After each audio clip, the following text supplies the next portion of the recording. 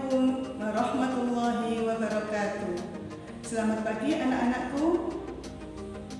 Hari ini kita bertemu lagi dengan Bu Jazil dalam pembelajaran IPA secara daring. Bagaimana kabarnya anak-anakku? Semoga kita selalu diberikan kesehatan dan selalu dalam lindungan Allah Subhanahu wa Ta'ala. Sebelum pembelajaran kita mulai, kita awali dulu dengan berdoa. Al-Hadimiyah Al-Fatihah.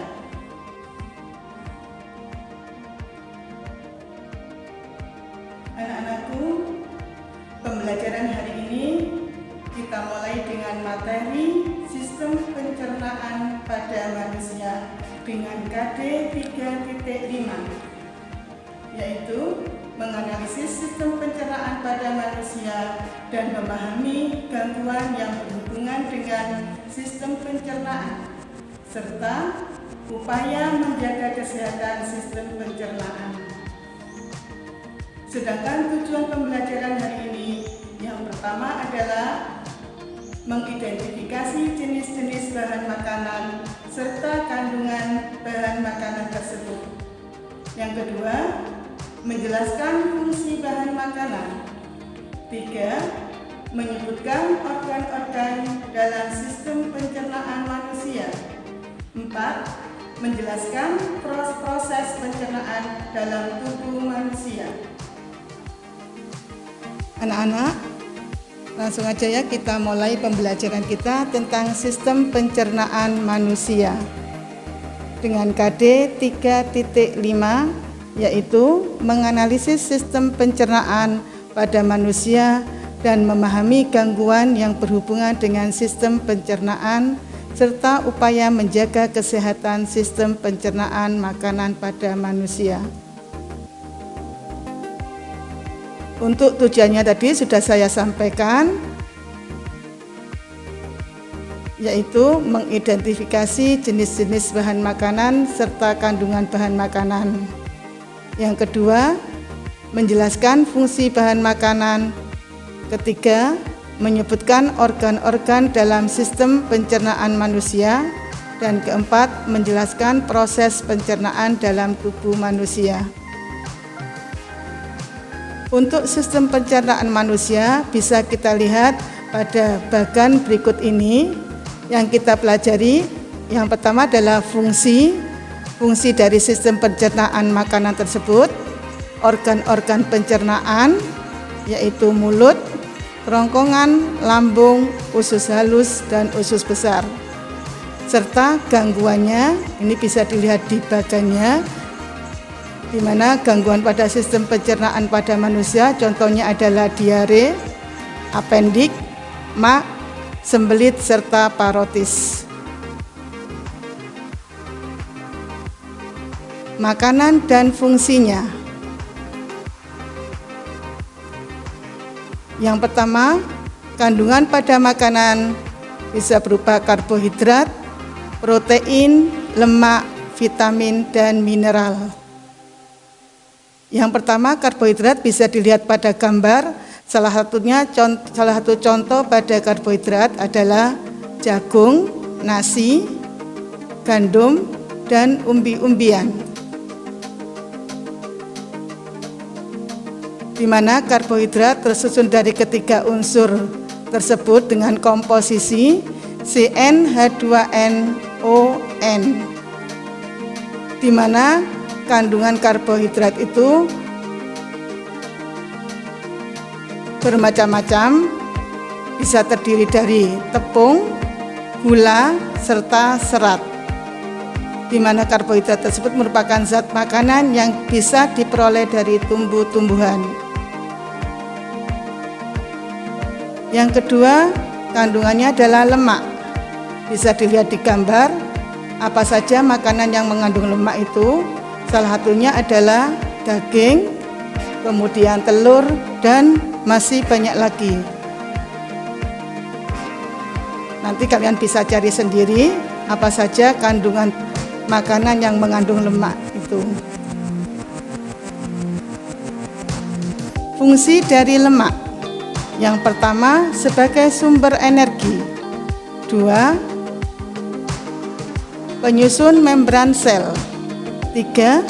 Sebagai pelarut vitamin A, D, E, dan K. 4. Sebagai cadangan makanan bagi tubuh. Yang ketiga, protein. Nah, protein di sini bisa kalian lihat pada gambar. Ada protein hewani dan protein nabati. Salah satu contoh kandungan protein terdapat pada kacang-kacangan, pada telur, serta pada daging. Sedangkan fungsi dari protein yang pertama bagi tubuh sebagai pertumbuhan. Yang kedua, mengganti sel-sel tubuh yang rusak. 4. Vitamin.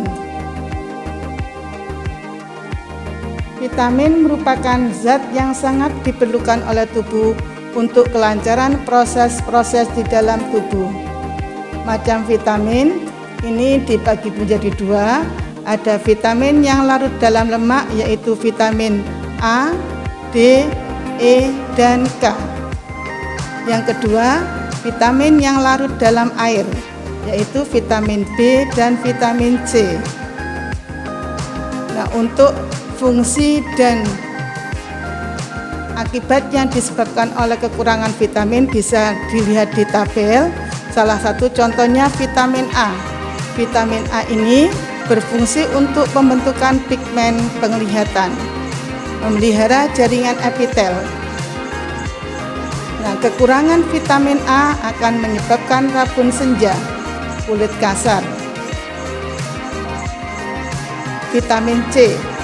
Vitamin C dibutuhkan untuk kolagen dan jaringan ikat.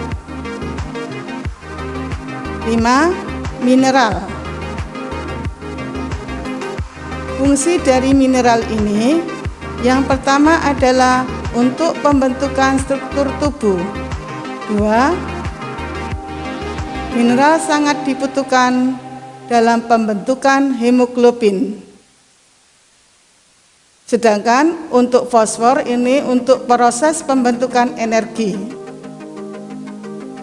Selanjutnya, organ-organ dalam sistem pencernaan manusia. Kita mulai dari yang pertama, bisa dilihat itu pada gambar, dimulai dari mulut, di mana di dalam mulut itu ada lidah. Nah, dari sini makanan akan masuk ke kerongkongan. Dari kerongkongan, makanan mengalami gerak peristaltik.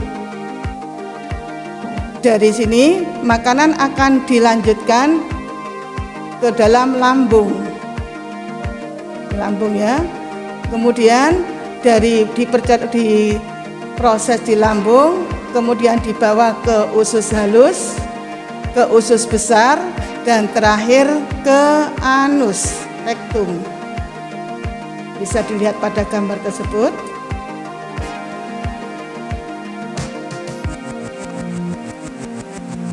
Organ yang kedua, mulut. Organ pertama dari sistem pencernaan makanan dimulai dari mulut. Nah, bisa dilihat di dalam mulut itu ada apa saja. Bagian-bagian dalam mulut itu ada gigi, kemudian ada lidah. Ini yang berproses dalam sistem pencernaan untuk menelan, kemudian pencernaan secara mekanik dan pencernaan secara kimia ada di dalam mulut yang dibantu oleh lidah.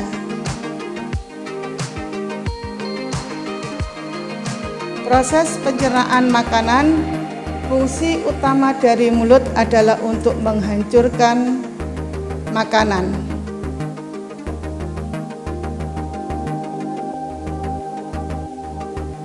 Secara mekanis,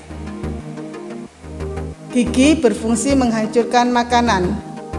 Lidah ini untuk membolak-balikkan makanan sehingga semua makanan dihancurkan secara merata. Selain itu, lidah berfungsi membantu menelan makanan. Yang kedua, di dalam mulut terjadi pencernaan secara kimiawi, yang dimana dimungkinkan karena kelenjar air liur menghasilkan ludah yang mengandung air, lendir, enzim petialin. Air dan lendir ini berguna untuk melumasi rongga mulut dan membantu proses menelan.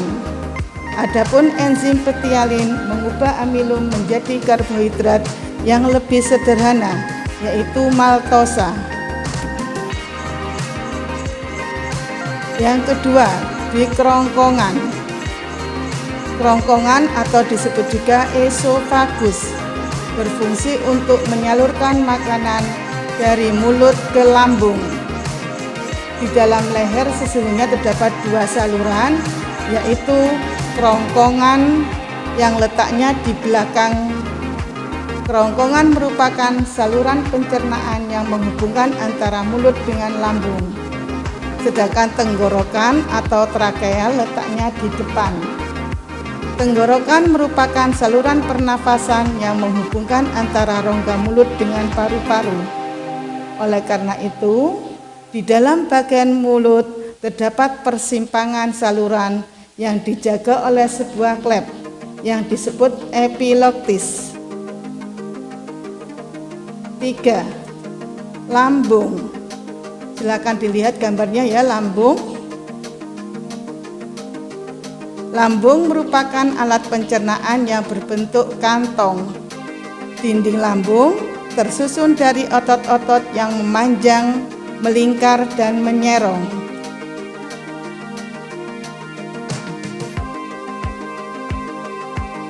Pencernaan di lambung. Di lambung terjadi pencernaan secara mekanis, di mana makanan yang masuk ke dalam lambung dibolak-balik dan diremas lagi sehingga menjadi lebih halus. Makanan yang dikunyah di mulut belumlah cukup halus. Oleh karena itu, perlu dihaluskan lagi di lambung agar lambung kamu tidak bekerja terlalu berat. Sebaiknya kamu mengunyah makananmu sampai halus benar sebelum menelannya. Sedangkan secara kimiawi, lambung menghasilkan suatu cairan yang mengandung air, lendir, asam lambung atau disebut juga HCl, serta enzim renin dan pepsinogen. Karena sifatnya yang asam, cairan lambung dapat membunuh kuman yang masuk bersama makanan. Sementara itu, enzim renin akan menggumpalkan protein susu yang ada dalam air susu, sehingga dapat dicerna lebih lanjut. Pepsinogen akan diaktifkan oleh HCl menjadi pepsin yang berfungsi memecah protein menjadi pepton. Usus halus. Lihat ya, silakan. Usus halus ada di mana? Nah, untuk usus halus sendiri terdiri dari 3 bagian utama, yaitu usus 12 jari atau yang disebut dengan duodenum, usus kosong jejunum, dan usus penyerapan atau disebut ileum. Usus 12 jari dan usus kosong berperan penting dalam proses pencernaan makanan secara kimiawi. Di usus 12 jari ini, kantong empedu dan pankreas mengeluarkan cairan pencernaannya. Empedu yang dihasilkan oleh kantong empedu akan berperan dalam pencernaan lemak dengan cara mengemulsikan lemak sehingga dapat dicerna lebih lanjut. Ini ya untuk prosesnya dalam pencernaan atau pemecahan karbohidrat, lemak, protein. Yang pertama, karbohidrat akan dipecah dengan enzim amilase di pankreas menjadi maltosa. Maltosa dicerna, dipecah lagi menjadi bagian yang paling kecil, molekul kecil yang disebut glukosa dengan enzim maltase serta sukrase. Yang kedua, lemak. Lemak dipecah menjadi emulsi lemak dengan bantuan garam empedu. Emulsi lemak ini dipecah lagi menjadi molekul terkecil yang disebut dengan asam lemak dan gliserol dengan bantuan enzim lipase. Yang ketiga, protein. Protein ini dipecah oleh enzim tripsin sehingga menjadi polipeptida yang lebih kecil. Polipeptida ini dipecah lagi menjadi molekul terkecil, yaitu berupa asam amino dengan enzim peptidase.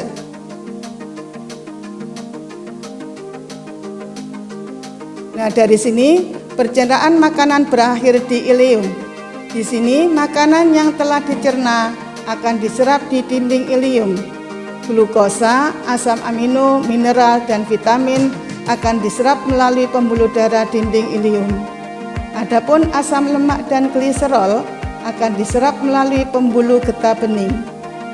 Pembuluh getah bening ini pada akhirnya akan bermuara pada pembuluh darah sehingga sari-sari makanan dapat diedarkan ke seluruh tubuh. Usus besar. Lihat gambarnya untuk usus besar. Zat-zat yang tidak diserap usus halus selanjutnya akan masuk ke usus besar atau disebut kolon. Di sini usus besar terjadi penyerapan air dan pembusukan sisa-sisa makanan oleh bakteri pembusuk. Pembusukan yang dilakukan oleh bakteri yang hidup di usus akhirnya akan berupa sisa makanan yang dikeluarkan dalam bentuk kotoran atau disebut feses melalui anus. Pada usus besar terdapat bagian yang disebut usus buntu. Pada manusia, fungsi usus buntu tidak jelas. Pada hewan-hewan pemakan tumbuhan seperti kelinci dan marmut, usus buntu membantu mencerna selulosa. Berikut ini gangguan pada sistem penyakit atau pada gangguan dan penyakit pada sistem pencernaan. Yang pertama, diare. Diare disebabkan oleh gangguan bakteri atau kuman. Yang kedua, appendicitis atau disebut radang usus buntu yang disebabkan oleh infeksi oleh bakteri.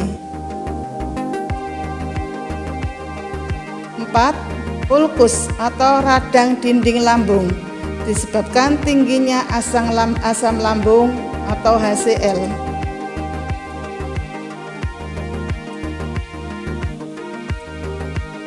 5. Sembelit atau disebut konstipasi, yaitu penyerapan air di usus besar secara berlebihan. 6. Parotitis atau gondok disebabkan membekaknya kelenjar parotid. Demikian materi pembelajaran ini. Demikian pembelajaran hari ini. Semoga apa yang Ibu sampaikan bermanfaat dan kalian dapat memahami pembelajaran hari ini sehingga kalian bisa mengerjakan LK yang Ibu berikan. Sebelum saya akhiri, selalu ingat pesan Ibu ya. Selalu jaga kesehatan, selalu pakai masker bila keluar rumah. Yang kedua, jaga jarak. Dan ketiga, selalu cuci tangan pakai sabun dan air yang mengalir. Demikian pembelajaran hari ini. Saya akhiri. Assalamualaikum warahmatullahi wabarakatuh.